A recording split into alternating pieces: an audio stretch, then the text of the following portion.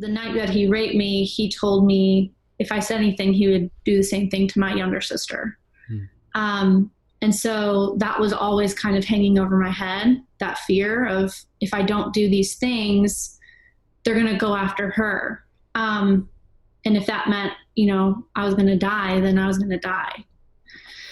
So that's what a lot of people always want to know. They're like, well, why'd you keep going back over there? And why didn't you tell anybody? And that's why. And I was so young, you believe everything that every adult says to you. Hello and welcome to The Naked Gospel, where we have conversations about sex, singleness, marriage, pornography, and everything in between. We bring on cultural thinkers, parents, important folk, and normal folk alike. I am your host, Shane O'Neill. If you're listening in, video versions of all of these episodes are available at YouTube, Proven Ministries. We have that below. If you're watching, you just rather listen in, then all of these episodes are available on every major podcast platform. Whether you're listening or watching, do subscribe and continue to track with us. Thank you for tuning in and enjoy the episode.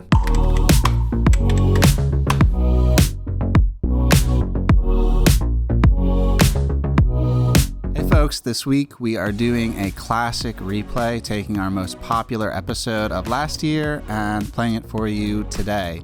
So it's the episode with Lexie Smith. Lexie was sexually exploited and trafficked when she was younger. And her story has been so popular because it helps us to see the people behind the pleasure. Especially growing up in the kind of sexualized culture that we are, it's helpful just to hear stories and to see people. And I love how Jesus saves. It's always unique. And I need these sorts of stories to help restore and renovate my own heart. So stay tuned in, check out Lexie's story, share comments below, and if you haven't yet, please leave us a review on iTunes. We're really grateful for all of you. Thank you for tracking with us. And if you want to, check out the Disruptor Initiative below, support us, continue to track with us, and enjoy the episode. Lexie, thank you so much for being on today. I'm really glad to, just reconnect with you because you've written for Proven Ministries before. You've done a lot of stuff in a lot of different places, but I bumped into you years ago in Tennessee where you shared your story with me, and a lot of time has happened between now and then. So just thank you so much for being on today. Yeah, thanks for having me. I'm so excited. Yeah, it's good to see you again. Yeah. It's been a minute. I know, it's been forever. It's been a while for sure. I like the couch. It looks so sweet. Thank you. Yes. It's very comfortable. It was I just nabbed it for $100 on Facebook Marketplace. Well done. Heck yes. Yes. So your interview couch. Yeah, basically. Yeah. It's also very comfy, good for napping. So I dig it. Most life accident. Very cool. Very cool. Lexie, before we move backwards, maybe just let people know who you are, what you're doing, some of the stuff you're involved in, and then we can trace backwards and just hear some of your story. Yeah, definitely. So I am an advocate, an activist in the space of social justice, not only focused on human trafficking, but just kind of in general, especially with this new wave after George Floyd. It's just really has blown my world wide open and really shifted my heart a lot. And so figuring out what that looks like exactly for me and what my lane is in that space. But that's kind of forever where I'm at. Yeah. My day job is marketing and advertising. And I'm a survivor of sex trafficking. Thanks, Lexie. Again, just love having you on. And thank you for your willingness to share your story with us. Would you... people hear that, even sex trafficking, and they think a land in a different place. But you're from the South, here in America. And so would you just share your story with us? We'd just love just to be present to it and hear it. Yeah, definitely. I've actually lately, whenever I share my story, before I come out, I've been asking people, and I would love for anyone listening and not necessarily watching this to think about, what do you think I look like? What do you think my life was like during this time? Because I feel like it's important to be aware of those biases that we come into other people's narratives with, because it inhibits us from being able to hear. Yeah. And be able to actually like have some compassion and empathy with someone and actually sit in their story. Because what happens, and we just see this all the time, people become really skeptical and they start questioning and trying to unravel something as if we're all like journalists. It's our job to like find the lie or find the truth. And that's not really our calling as Christians. And so we're asked to grieve with those who grieve. And I think that this means like sitting with somebody in their story and not trying to figure out if they're lying or not. So with that being said, I was raised middle class in a Christian home, Christian and Italian home, so Christian Catholic. We were together all the time, like super tight-knit family. And I grew up in the suburbs of Chicago. Like I have a photo of the house that I was trafficked out of, and people are like, oh my gosh, it looks like a normal home in a normal neighborhood. Like you would never think that there's an 11-year-old being sold out of that house to random men in the community. Like never in a million years. Right. So it was also shocking for my family once they, found out what had happened, and it's been difficult for them to kind of accept that. But it's always tough for people to wrap their mind around that. Literally like the ideal Christian family is what my family was, still is. And I was trafficked. And I think it just goes to show it really doesn't matter. Like the enemy does not care. Like if there's a way in, it'll be found. And I think a lot of people, because they believe that they're above having access, their kids being accessed by evil people, so to speak, that it's not going to happen to their family. And so they don't have to worry as much, or not going to happen to anyone in their circle. But it's just not true. It's just really not, especially with the advances in technology. We're seeing a new wave in exploitation called sextortion. And if anyone wants more info on that, you can go to, there's a great organization called Thorn. They do tons of research on it. And basically kids are being pimped out from their bedrooms while mom and dad are downstairs making dinner. Like it's not about kids that are running away all the time, that are living in bad neighborhoods, that are getting just caught up in the wrong crowd. Traffickers are really smart. And the guy that recruited me was no different. And a tactic that they often use is affection, dating, and they get into this, basic human need to belong and to be loved, right? And so I met this kid. He was about 15 when I met him, and I was like around 9, 10. And he didn't come from a home like mine. And my grandmother has always just been this like sweet, amazing person where if there's, kind of lost teens in her neighborhood, she kind of mothers them and brings them in, invites them over for dinner every night. And so he was there most nights. I was only there, on weekends when my family would come, or like over the summer when I would stay the night. But that's how we met. He lived a couple doors down from her, and he was just around. And they just had a little bit too much trust, and allowed us to spend a lot of time together. Come to find out, my mom wasn't fully aware of that. But if she had been aware, things might have played out a little bit differently. But nevertheless, I ended up building a relationship with this teenager, and I thought he was so cool. And he was like really interested in me. And I was starting to kind of become like aware of boys. And it was a time in my life too, where I was feeling very disconnected from my dad, and we just didn't have a good relationship. And so I kind of had this hole, so to speak. And this young kid was filling that. I wasn't necessarily like up for a full-blown dating relationship at the age of like 9 or 10, right? Yeah. But still like, wow, this like cool older kid is like into me, and he's he makes me feel good because he's showing me affection and he's showing me attention. And it's just something as small as that. And the way that can even look nowadays is a lot of traffickers are actually teenagers, like the ones that are doing the recruiting. And they're not always males. A lot of them are actually females. The females that are also being sold, they will also, part of their job, so to speak, is to also recruit more females in. And so that makes it even easier because, another female talking to another female feels safe. And so what'll happen now is, they'll wait until there's a bad day, and bad days always happen, right? Like someone's going to upset your child at school, or you're going to upset your child just from the parent-child, dynamic, and they're going to say something about it online. I hate my life. I've had a horrible day. When are things going to go right for me? Like just putting things out there, and those people are waiting for those moments to kind of come in, and it's very innocent. It's like, hey, I saw your post. Are you okay? Just want you to know I'm here, to talk to. And they might not bite in that moment, but, over time, they'll just kind of be this consistent they seem to care voice. And in the perfect vulnerable moment, that's when they'll really connect.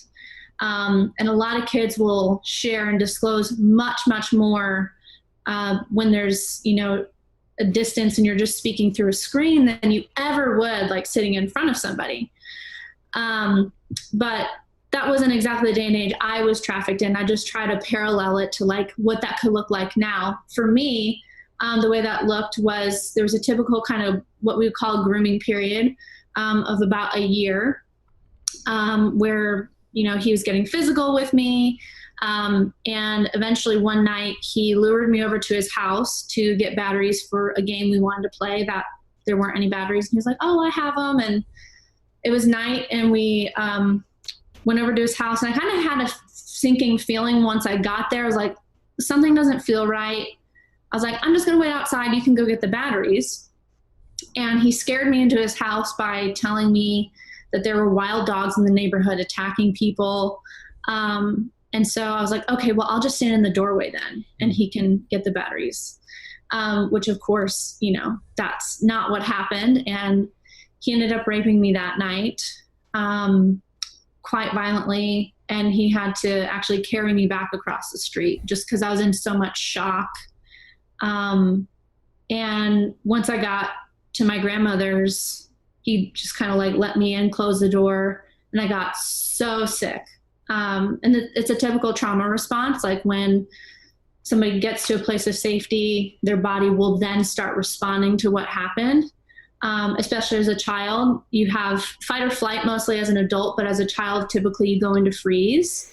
That's kind of a third response. And it's similar to like how a possum plays dead. It's like a way of just getting your body trying to preserve you to get through it. Shuts down.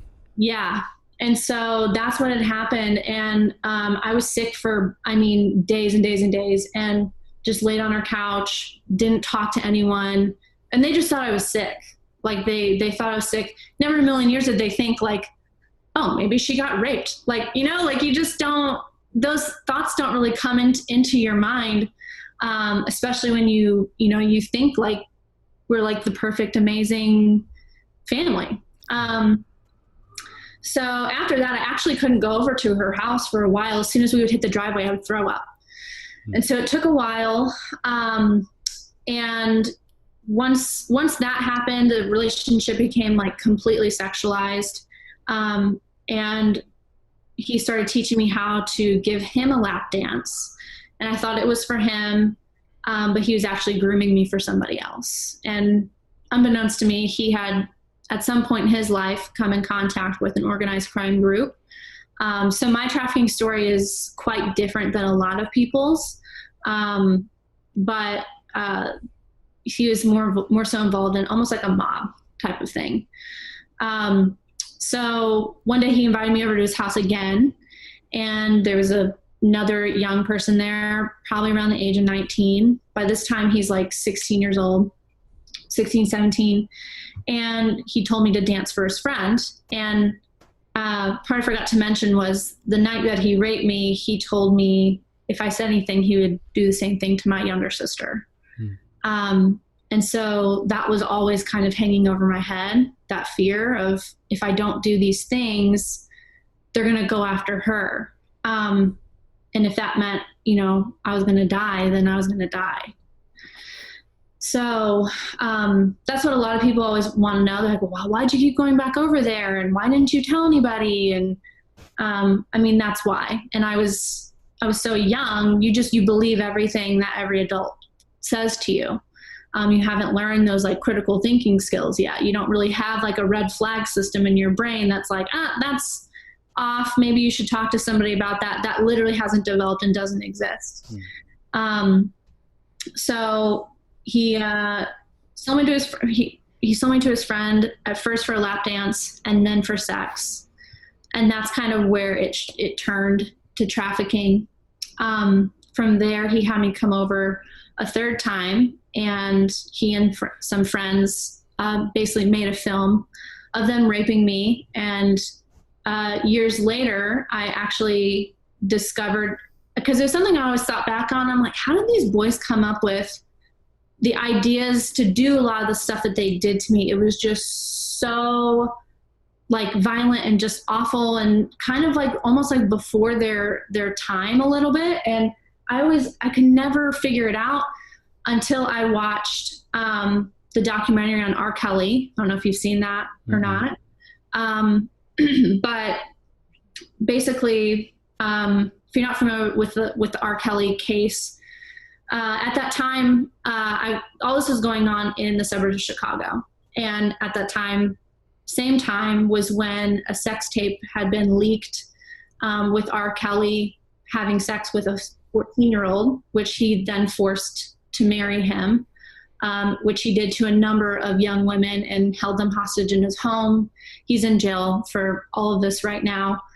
There's a lot there. But when I learned about that tape, I was like, oh my God, they reenacted exactly the tape.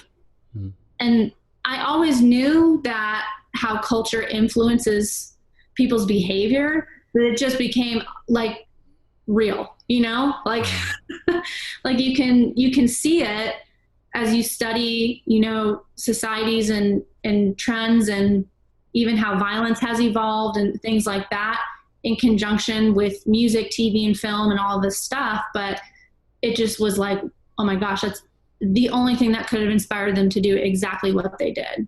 Because it was like early 2000s, like internet porn wasn't even like fully a full-blown thing yet. It was like just becoming a thing. Yeah. And so they used that tape to advertise me basically in the community. And I would assume I probably went to the highest bidder, and they would arrange it based on when I happened to be at my grandmother's on the weekends or in the summers. So it wasn't a consistent thing. I never got kidnapped. And I was usually only gone for 30 minutes maybe. And he would have me pretend like I was riding my bike around the neighborhood. So I would get on my bike, and there's a little bike path that would kind of cut across to his backyard.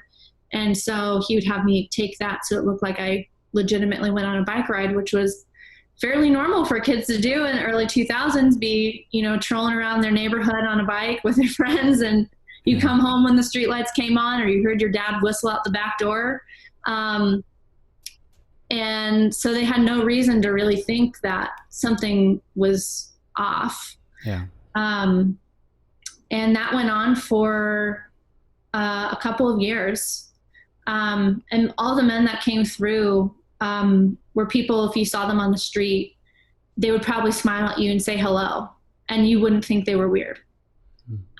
Most of them would come in, they would take off a suit jacket. They all had wedding rings on.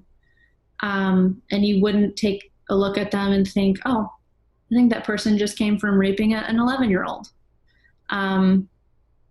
Yeah, it was really bizarre. And it's actually amazing that I don't have a ton of memories from all of that. I actually had 0 memories until college. But part of why I don't have a ton of memories is, just the way the brain works and kind of some amnesia stuff. But they also would force me to drink roofies like right before the interactions to limit my memory. And it ended not because anyone found out. and the police raided it. Like, people always want this like really satisfying ending. But unfortunately it's not that. It was actually a really traumatic ending for me because it ended when I hit puberty and I grew breasts and I couldn't fulfill the fantasy anymore of them having sex with a child. And so there was like a whole summer of me being like traumatically rejected by person by person by person by person, all in different ways. And basically the business, dried up. So they moved on and they just kind of let me go, I guess, and moved on to some other kid in some other neighborhood, which is awful. And I hate that. I hate that's a fact. And, people always ask me, well, have you thought about going to court and all this? I'm like, I wish I could, but they were incredibly smart and they would not allow me to know anybody's name at all. I knew no one's name except the kid that recruited me in.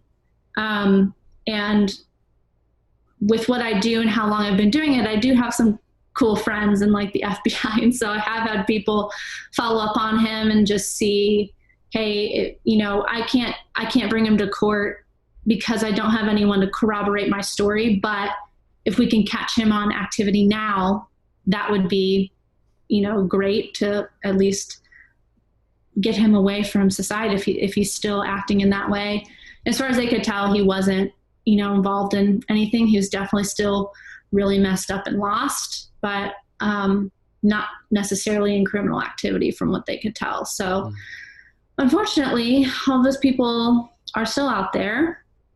And the way I deal with that and cope with that is I've had to work through a lot of layers of forgiveness. And I say layers because I think the way forgiveness is often taught is that it's this one-time event. It's just a decision you make, and that's that. And poof, all of your negative feelings are gone, and you should just want to give them a hug. But really, there's such a difference between forgiveness and reconciliation. I think that they're separate. And they don't have to go hand in hand for you to be able to forgive somebody and release someone into the arms of Jesus and let him do his thing. Yeah. And so, so that's what I've done. That was like a huge part of my healing, was removing that responsibility to, seek vengeance, justice, protect other people, like all these different things that, I somehow felt responsible for. And one of my first tattoos actually was in the honor of a lot of these people. I have let's see if I can show you, it's in my arm. I have a cross and 5 birds as just a symbol of forgiveness and a reminder to pray for them, because I've been so completely transformed by Jesus in a way that I'm unrecognizable from the state that I used to live in. And if he can do it for me, I know that he could do it for them. And I know that throwing people in jail really doesn't fix anyone's heart. And this is a huge heart problem. And so that's the answer, in my opinion, is them finding God so they're not capable of doing what they did to me anymore. Bless you, dude. My heart bleeds so much it drowns out my thoughts. I love that you're able to share your story. Thank you. Yeah. It's a really big gift, and even hearing you makes me question my request to hear it, because it's such a heavy, sacred thing.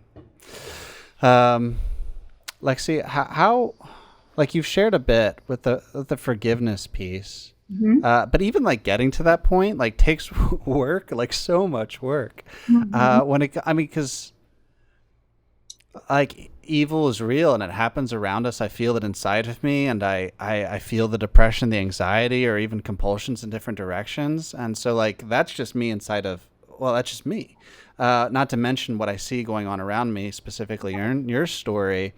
And so people wrestle with like, where is God in the midst of something like that. And it's your story. So to hear you talk about like, the stage of forgiving them, it's like, like actually knowing Jesus well enough to trust him, with forgiveness. Like how has that process been in the midst of well in the midst of your life.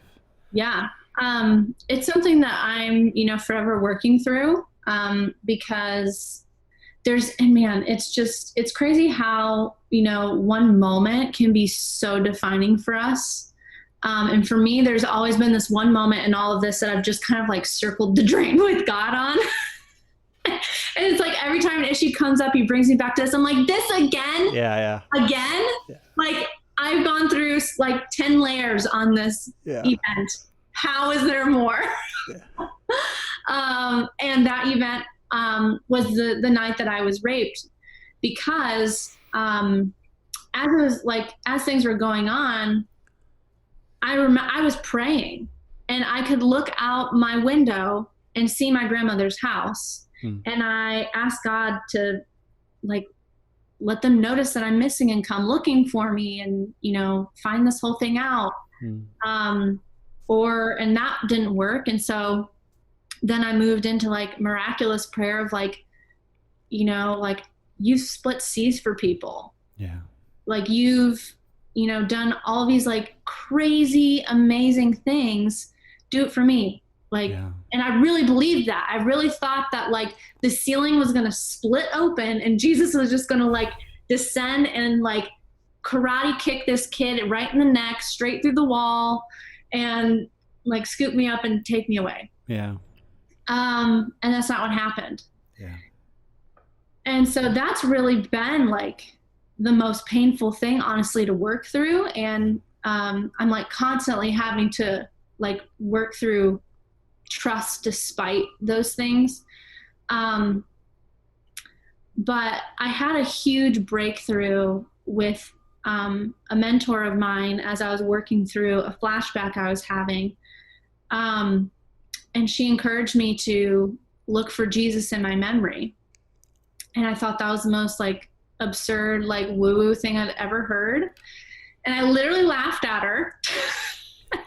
And I thought she was joking. I was like, she's joking. So I'm laughing. She's like, why are you laughing? Mm-hmm. And then I realized that this whole thing and just the theology that I was raised in and how it got confused within my own trauma was I was taught that God can't look upon sin, and that the Father turned away from the Son when he died on the cross, and this whole thing. And so the way I pictured God in those moments was he was turned away from me, not because of me and that I was evil and I was making a sinful decision, but what was happening was so sinful that he couldn't look at that. And I had rationalized this, and I was okay with that. But there was still this unrest because that's not really the truth, and that's not the full picture. And she asked me to look for Jesus in my memory, and my heart was just racing, which for me, that's okay. I have to try and do this. That's the leading of the Holy Spirit for me when I feel like my heart's going to just jump out of my chest. And so I took her up on her challenge, and it rocked my entire world because I finally realized why Jesus came. He came because God couldn't be with us, but he could, if he came and died for our sins. And so he came to be in the middle of every awful thing that we go through, everything that we witness, everything that our friends go through. And normally when I would experience a flashback, and what that is just, something comes flooding to your memory, to the forefront of your memory. It's been kind of locked away in these deep recesses of your brain, comes forward.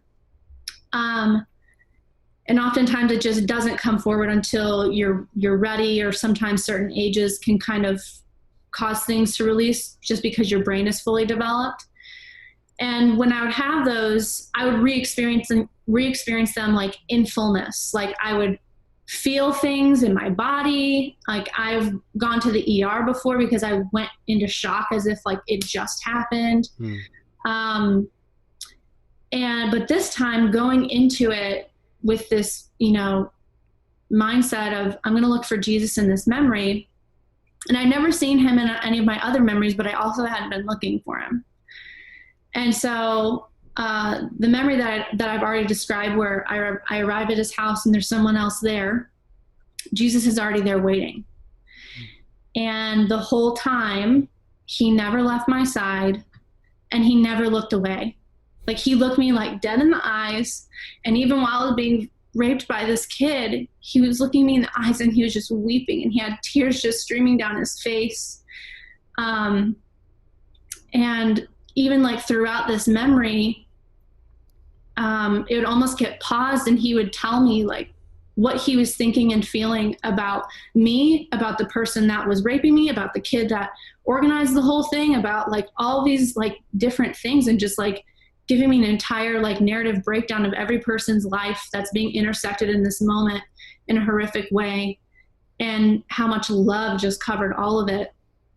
And that shifted my entire world, because those memories really anchored me to this just dark, alone, like depression. I just like, my soul felt like it was locked in a cold dungeon. And once I was able to just choose a different perspective and look at it a different way, I could see it a different way by looking for Jesus in it. I mean, he is hope. Like, he is light, and all of those things that he got birthed into every single memory. And so, and redeemed that whole thing as far as having flashbacks. I used to be terrified of them. And then I started to look forward to them, because I'm like, I'm going to get to see Jesus again. And I'm going to get to hear like his thoughts about all of this. And so that like really shifted things for me. And obviously around this same thing, I've just done a lot of work around this like same moment. And as I've journeyed, I really have just taken on an attitude, and I don't know if this is the right attitude, but of, you know what, I'm willing to let you prove me wrong. Like, I may feel a certain way, I may have lack of trust in these areas, but I'm willing to let you prove me wrong. And I think that's just enough of a yes for God to do something with. Yeah. And so in this journey, he's also kind of revealed, because I've always circled that why, like, why did you let this happen? Why didn't anyone do, just constantly going around that. And I realized as, my family is obviously all found out, and as people in my community from back then have found out, there's this common theme of, I just knew something was off. Like, I had a feeling, but I just didn't, I didn't have any evidence, or I didn't know what to do about it. So I just didn't really do anything. I couldn't really see something enough to, take action. And finally one day the Holy Spirit was like, that was me. That was me. I was like knocking on their heart, like trying to get them to, I was trying to get your prayer answered, but they wouldn't answer the call. And that's dozens of people in my life. Like, even like school teachers have, I just have like very distinct memories of like, when you see someone, you just know they're hurting and you don't know why, but you can just see it in their eyes, and you know that they're broken, but you don't know their story. But there's this moment where like your spirit just catches theirs. That would happen to me a lot. Yeah. And I would see people that they would see it, and I would see them kind of get caught up in themselves, and they're like, I don't want to get involved in that, or I don't know what to say. And so they wouldn't, which whenever we do that, it really does. It confirms all these lies that are flying around that person's head, that I don't matter. People don't really care about me. Like all of these things that, eventually would have led to my suicide had God not sent people that did answer that call, luckily for me. But just kind of realizing that it's not as simple as I think it is, of just a flat out, you weren't there. He was, but he longs to let us be a part of what he's doing. And he also has so much respect for our free will. And that's not something he's going to take away. That's a gift he gave from the very beginning of time. Right. And that's not something he's going to take away. And so even if that means that equals a person raping another person, then that's what it means. And it's horrible. And I wish it wasn't that way, but it's part of the fallen world we live in. But luckily we have the safety net that is Jesus to redeem us and make us even more, I think, than what we would have been had those things not happened, like, yeah. I'm not going to sit here and be like, oh, I'm glad I went through it. No, I'm not. Yeah. I wish I didn't. I wish I didn't have like a lot of this baggage. But I will say that from all the Christians I know, anybody who has been through anything traumatic has a significantly sweeter and richer relationship with God and with Jesus than people who live like a perfectly happy, safe life. And for that, it makes it tolerable, I guess. Yeah. Yeah. It offers light. Yeah, definitely. Yeah. In really dark spaces, it offers light. Yeah. Yeah. Yeah. I thank you for sharing all of that. I appreciate you letting us peer in. When I was in eighth grade, I had like a series of situations where my grandfather passed away, and I was very close with him, and my aunt committed suicide, and that was the first time I came face to face with the idea that life might be so hard that there might be more hope in death than in actually living. Another aunt passed away, and a girl I was in love with, as far as I knew, was raped, and just like a series of just really jacked up stuff. And it was within like just like a month or two. And I remember getting so angry, just so angry. And I didn't know how to deal with like the pain of the world. And so I started using like just drugs and like just different things to insulate myself from that pain. Right. Because like, yeah, I like people would actually look at me and say like, this happened for God's glory, like, and I was just like a mess of a kid. And I was like, well, I never stopped believing he existed. I just stopped liking him. Right. Yeah. And I like going back, the only thing I can really think of is exactly what you said. Like, I wish someone had just said to me that the pain you feel is a reflection of what God feels. It's a reflection of the pain God feels. Yeah. And you feel that estrangement because God felt that estrangement. You feel that brokenness and that sorrow and that grief because it's godlike. Your grief is godlike. And he has hope in the midst of that grief, like he's the God of all hope, but he sees everything all the time. Right. And like he has this promise he's going to make all things new. And like no one gave me that vision, like no one dignified my pain because I knew something was wrong, like something was terribly wrong.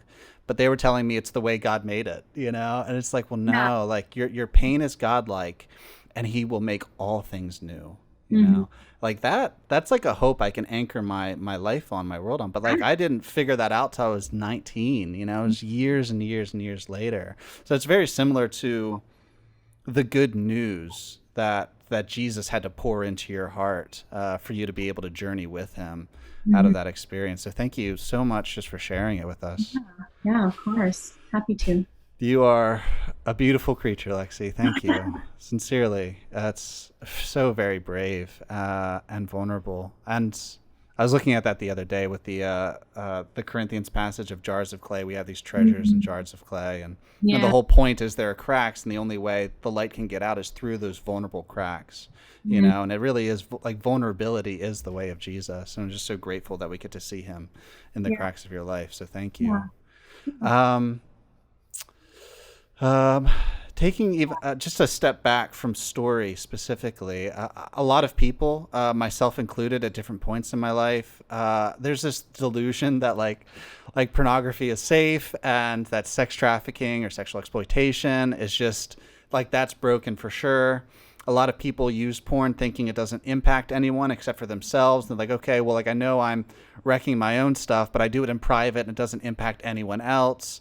And so could you just take a minute and maybe walk us through any or some of the connections or the overt connections between sex trafficking, exploitation, and pornography?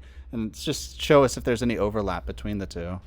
Yeah. I mean, you can hear some of it within my own story that, I mean, basically what happened was inspired from a sex tape from a celebrity. From porn. And from a lot of the men, before they would come in the room, I was actually forced to watch pornography to know what was going to be expected, what the person was wanting. So I don't know if that meant they were like submitting, what porn they were watching, or like what they were wanting that experience to be like. But that's, how I experienced it. And I know that that is not uncommon. That is actually incredibly common, especially for younger children and teens that are being trafficked, that they are forced to watch what people are going to be wanting. And I feel like that's the most direct relationship that you could ever show. They're literally wanting to reenact what they're seeing. And it's just proof it doesn't stop at looking. And just because, I don't think it necessarily means that every single person that watches pornography is going to go out and, purchase a person. I'm not saying that at all. But, that's the path. That's the pathway. And you might stay on this little portion of the pathway for a long time, but that's kind of where the pathway sort of ends and leads you to. So it's why would you want to be on that road? Yeah. Why would you want to be associated with that type of thing, and there's tons of research. I don't know if you've looked into the work of Victor Malrich. No. He wrote a book called The Johns, and it's literally all research about the men who purchase women and why. And it's based on neuroscience, based on a lot of case studies. And a lot of those men say the same thing. I was watching pornography one day, and before I knew it, I was out looking for the real thing. And it's just the nature of addiction, it starts off as one thing. And this isn't even an argument of what the Bible says. Literally science has proven that pornography is as addictive as heroin and meth and anything else.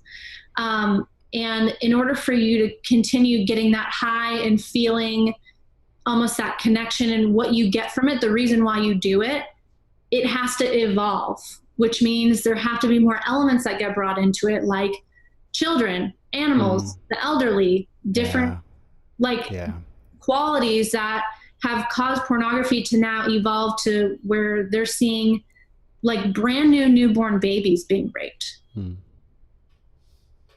That's happening because of the addiction that pornography causes, this demand for more stuff.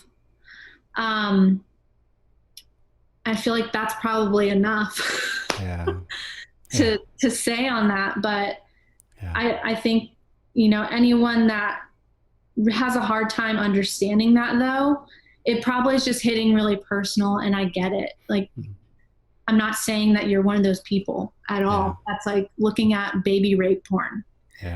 But what you're associated with is feeding a bigger machine and allowing there to be financing and all kinds of stuff for things like that. Just be careful what you associate yourself with, it's pretty much impossible, honestly, to say and to think that it doesn't have a correlation. And I actually have a lot of friends that are survivors that were forced to make pornography as part of their trafficking.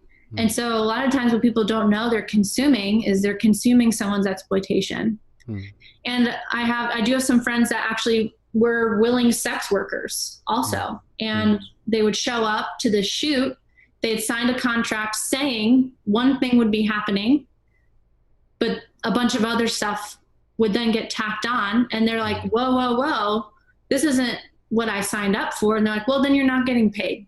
And they're trying to live and they're trying to survive like anybody else. So, the same thing kind of happens to anyone in any job, whether it's marketing, building a house, whatever. You get in, the scope of the thing gets, too big. And then you're like, well, shoot, I'm going to have to do this anyway because you have to make money. It's about surviving. And so they get to these things and they're forced to do a lot of things they don't want to do. That's still exploitation. Even though they signed a contract and they, supposedly knew what they were going in for, and they know the risks and all that stuff, it doesn't make it okay. Yeah. It doesn't make it appropriate. And so, and then there's a ton of porn that, you know, is literally capturing somebody's exploitation, and places like Pornhub won't take it down. Yeah.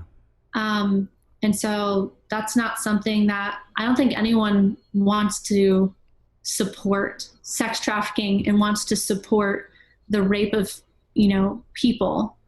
It's just shot and edited a lot of times in ways that you don't know that. They look authentic. Yeah. Yeah. And so that's the reality. I've often wondered, like, the video that was made of me, how was that edited? Yeah. You know, like, I'm sure the threats didn't make those cuts. I'm sure the moments where I literally broke down crying and throwing up, those probably aren't on there. Yeah. So I think people just have to understand that there's always more to the story. There's always more. There's a lot more behind the scenes footage that you will never see. And that's the real story. Yeah, I recall it was probably like 2014, but the UN came out with like a stat that, as far as they know, something like 60% of pornography is of sexually exploited, if not trafficked, individuals, and that's like what they knew. Right. Like anybody who even has like a regular, maybe they're not willing to call it a porn addiction, but like a regular porn habit. Like at one point or another, like the odds are you've watched somebody being abused and you just didn't know it, which is harrowing to me. Like that is a terrible thought, you know, just like a terrible thought. Yeah. I came across this quote. It was a while ago, and I don't remember who it was, but the words itself, they were, every time we spend money, we're casting a vote for the kind of world we want to live in. Just like, it was always struck me, you know, and we're doing that with porn too. Like every click is a vote, you know, of the kind of world we want to live in. Yeah. Everything you consume, you end up creating. Yeah. It just doesn't come in and never come out in some other way. You know, it doesn't mean you're going to start filming porn. You know, like I feel like people sometimes will take phrases like that and turn it into an extreme, but it's more just how things trickle out. That's true. And what you start accepting more of. Yeah. Yeah. Okay. So I don't want to, obviously there's a huge challenge by way of like, well, we probably shouldn't watch porn. But like for those who want to try and figure out how to get more involved and be more present to this stuff, how would you suggest that? Because it's a really big villain that lives in dark places. And so even like the idea of like fighting it or trying to build awareness, like what does that mean? And do you have any like practical thoughts or ideas that might be helpful for those who are listening? Yeah. And I think any big, you know, issues like this, you have to really just find your lane in it and run that race, not the whole grandeur of the whole thing, right? Yeah. That's how you get burnt out, or you won't even start just because you'll start researching and you're like, oh my gosh. Yeah. So if, you know, you are immediately, you know, pulled towards protecting children, great. Or if you're a parent and you're like, how do I protect my children? Yeah. There's great apps, and by you educating yourself, you can start educating your circle. Yeah. But something I always recommend for parents is an app called Bark, and it monitors all of your child's apps, even the ones that are hard to, like Snapchat, WhatsApp, all of that stuff. And based on keywords, it'll alert you and let you know if there's something you need to look into, so parents don't feel like they are constantly having to nose through their kids' phone and kind of make their child feel really disrespected, like they don't have privacy and all of that. So, you know, maybe it's just starting there with sitting your kids down and being like, hey, we're going to implement this thing on all of our devices. It's for your protection, and here's why. What do you think about that? And letting them even be a part of that conversation. And then, you know, having the same conversation with your friends and maybe hosting, you know, let people, well, I guess it's COVID, so you could host a Zoom call. Yeah. And just letting people hear like what you're learning. Yeah. Or maybe your lane is like, you want to know, okay, well, what's happening with people after they're experiencing this? And you're more concerned about their aftercare and their healing. Right. That's totally a lane. So, and there's nonprofits and there's safe homes all over the country that need funding. They need people, even people that can just like pick people up and take them to their appointments and stuff like that. That's helpful. Like, you don't have to have a PhD to be helpful in a lot of these places. You just have to have a willing, good heart. And that's really it. And just learn how to listen well. It's honestly what a lot of people need, is just people that are willing to listen and sit with them and practice compassion. I mean, if this whole topic on porn has really like lit a fire under you, my friends at Exodus Cry have this massive campaign to actually take down Pornhub, and it's getting some major traction, which is really exciting. And the reason is because there, like you were saying, there's been proven there's so many people, and they've been subpoenaed, like, you know, of like kids that have been recovered and they're back home, and then they find out that there's porn on a website from when they were trafficked, and they will not take it down. All the things have been, still won't take it down. So there's a huge thing to really just take down the entire site, because there's so much of that on there. So much.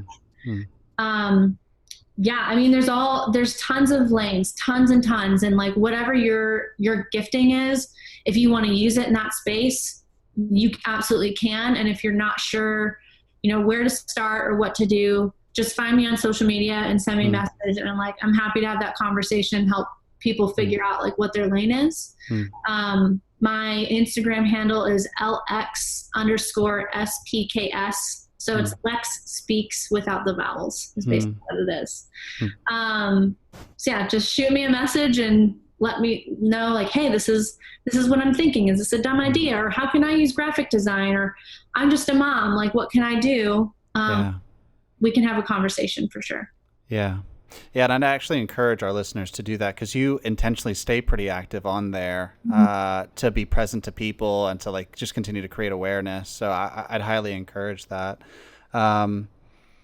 Lexie, I assume you've kind of answered the question of how can people stay in touch with you? How can people stay connected with you? How can we be praying for you? What's maybe a prayer request that you'd want us just to join you in? Yeah. So I actually deal with some issues as a result of the trafficking that I went through.